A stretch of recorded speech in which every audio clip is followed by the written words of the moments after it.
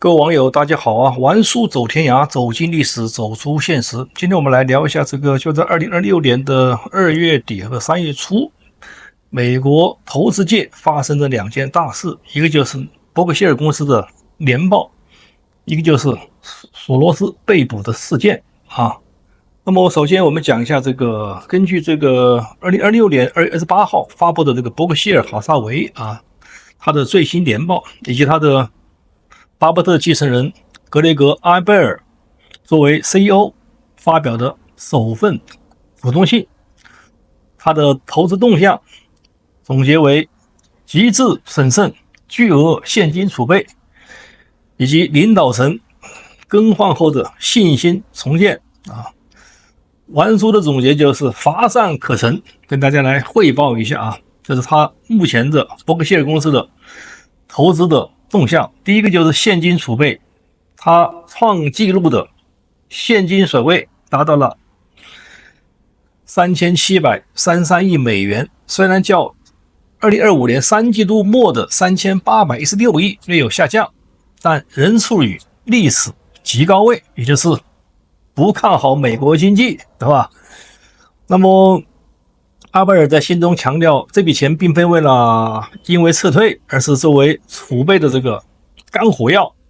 他明确表示，公司不会为了投资而投资，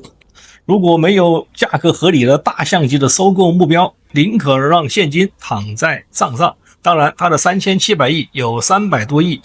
那是准备保险的浮存金，是吧？万一保险要赔付，是吧？大家要用钱。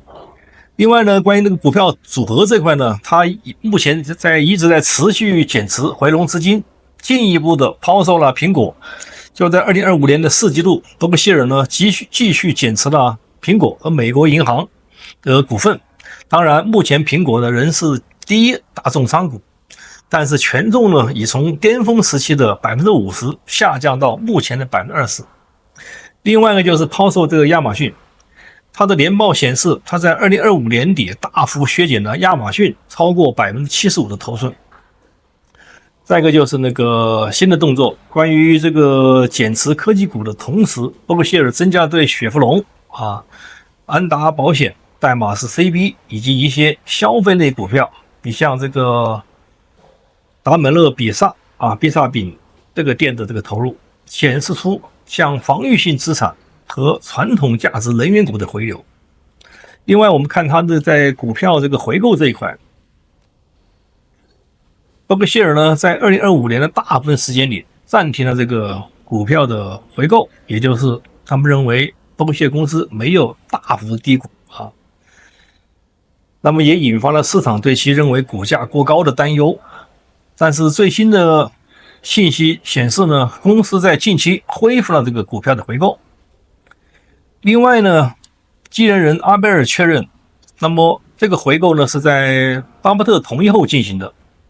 这被市场解读为管理层认为当前的伯克希尔也就是我们说的 BRK.A 和 BRK.B 终于回落到了具有吸引力的内在价值区间。另外呢，在业务板块这块呢，它的保险继续承压，它的基础能源这些重工业开始发力。它的保险行业呢，在2025年的保险承销的利润率出现了下降，那么 Q4 同比下降约 54%，说明保险行业竞争也很激烈所以在扩大保险规模上保持了谨慎的态度。在基建与能源建设，它的 BNSF 铁路和伯克希尔的能源 BHE 表现相对稳健，利润贡献保持增长，这符合巴伯特一直强调的美国经济压舱石的逻辑。另外呢，在后巴伯特时代，他的管理层也是年报中最重要的一个动向了，就是阿贝尔承诺他自掏腰包1500万美元买伯克希尔的公司股票并承诺将未来的全部薪水用于增持管理层给大家信心。那么目前巴菲特的状态呢？年报确认呢，95岁的巴菲特依然每周5天还在办公室里工作，主要是负责资本资产配置的建议。但这封信的风格呢，已明显转向阿贝尔主导的稳健守成的风格。好，下面跟大家汇报一下这个关于索罗斯被软禁在家的事啊。他的儿子刚刚逃往了迪拜啊。大家知道索罗斯这个也是美国投资界的名人了。就在2026年3月6号凌晨5点钟，当美国还在睡梦中时，联邦特工包围了索罗斯位于纽约州卡托纳的庄园。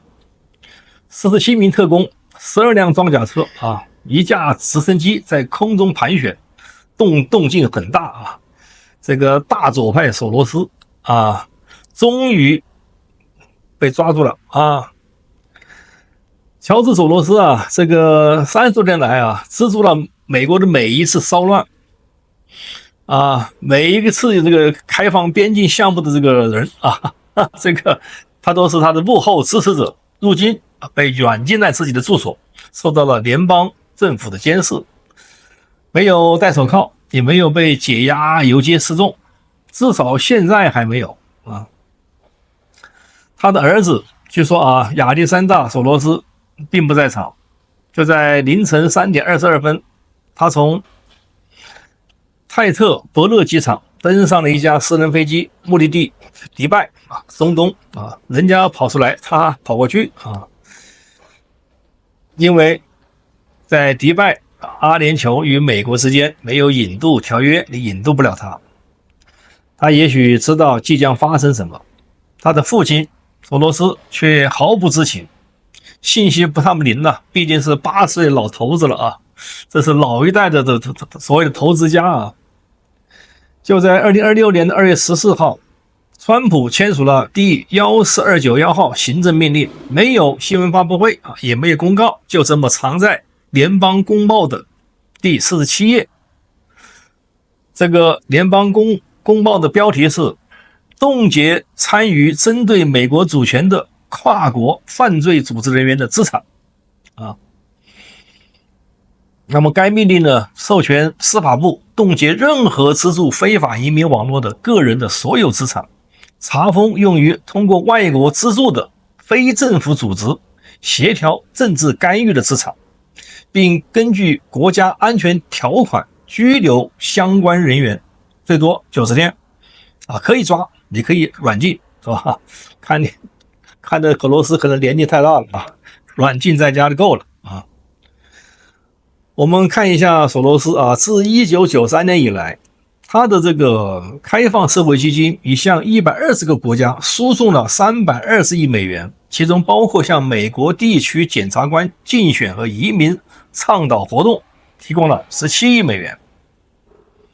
索罗斯能挣钱呢所以完出结论是什么呢？越是能够有能力的人，越不能干坏事那么现在他的每一个美元都受到联邦政府的审查。索罗斯资助的这遍布全美的地区检察官本周收到了14封联邦调查信。那么第一封信就是阿尔文·布拉格，也就是曼哈顿的，他曾起诉川普目前正因在起诉政治对手期间收受与索罗斯有关联的政治行动委员会简称 PAC 110万美元的捐款而接受调查。另外呢，就是福克斯在这个芝加哥，他撤销了这个25000起重罪案件的指控。那么他收受了索罗斯的200万美元的捐款。